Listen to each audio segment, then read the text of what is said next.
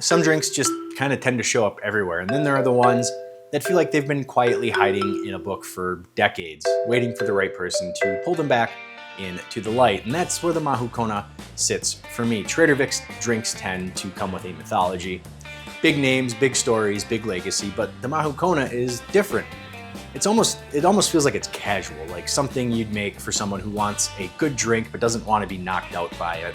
It's exactly how Vic describes it too. So the Mahukona shows up in Trader Vic's Bartender's Guide, the revised edition from 1972, and there's this really cool little note attached to it that I love because it feels very human. Vic basically says that he made this drink 1,000 years ago and can't remember where, when, or how he got it, but he knows he served it to people who just really want a good cocktail that doesn't have a lot of alcoholic strength. And there's a really cool kind of honesty in that not everything is a legend. You know, some things are just reliable. And then there's the name Mahukona, which is a real place in Hawaii. It's a former settlement and harbor area on the Big Island, and the name is often translated to leeward steam. This does feel like one of those Trader Vic choices where the word itself does some of the atmospheric work. It's a place, it's a name, it's a hint, and what's interesting about this cocktail in general is that it sits in that middle ground. It's not a bruiser and it's not a sugar bomb.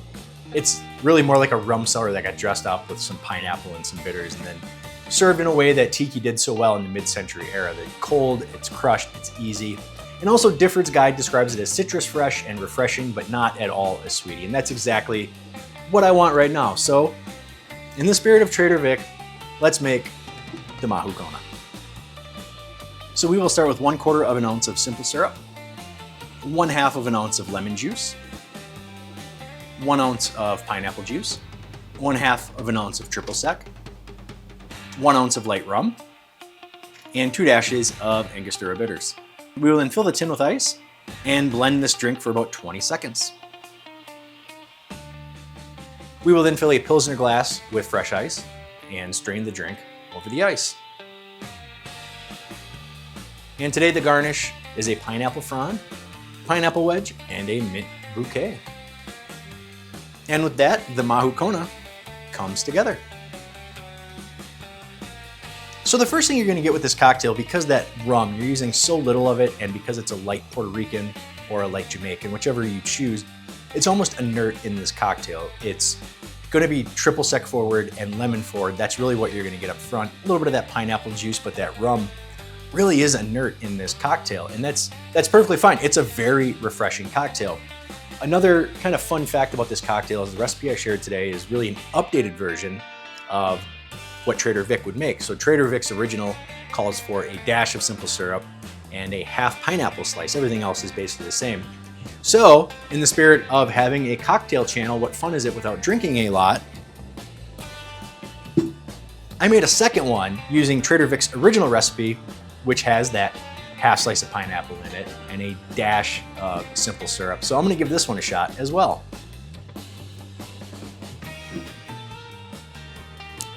I mean, they're basically the same, pretty much. This one, you might get a little bit more, oh, my pineapple's melting.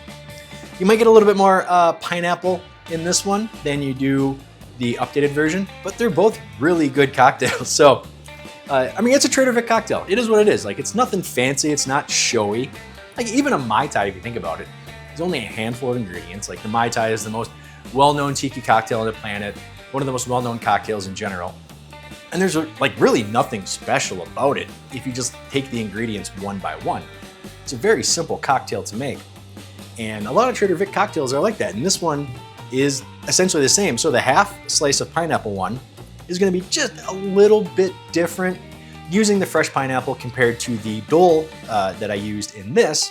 Yeah, it's going to be a little bit different. It's going to be a little bit more pineapple forward, which depending on who you are, might be exactly what you're looking for. So if you are somebody that absolutely loves very pineapple-y drinks, make the one that has the actual fresh pineapple blended together with all of the other ingredients.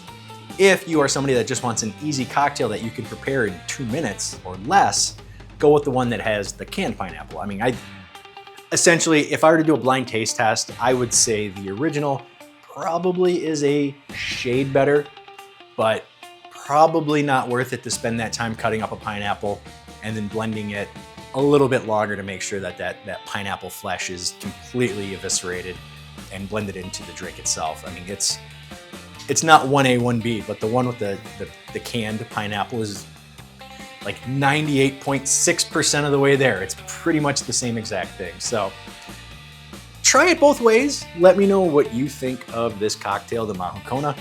It's my first time having this. I've gone through a lot of Trader Vic's drinks in his book. A lot of them I haven't had. Most of them I have at least one time or another. But it's a good cocktail. It's not bad. It's a very light, refreshing cocktail. It's not sugar heavy. It's not super tart.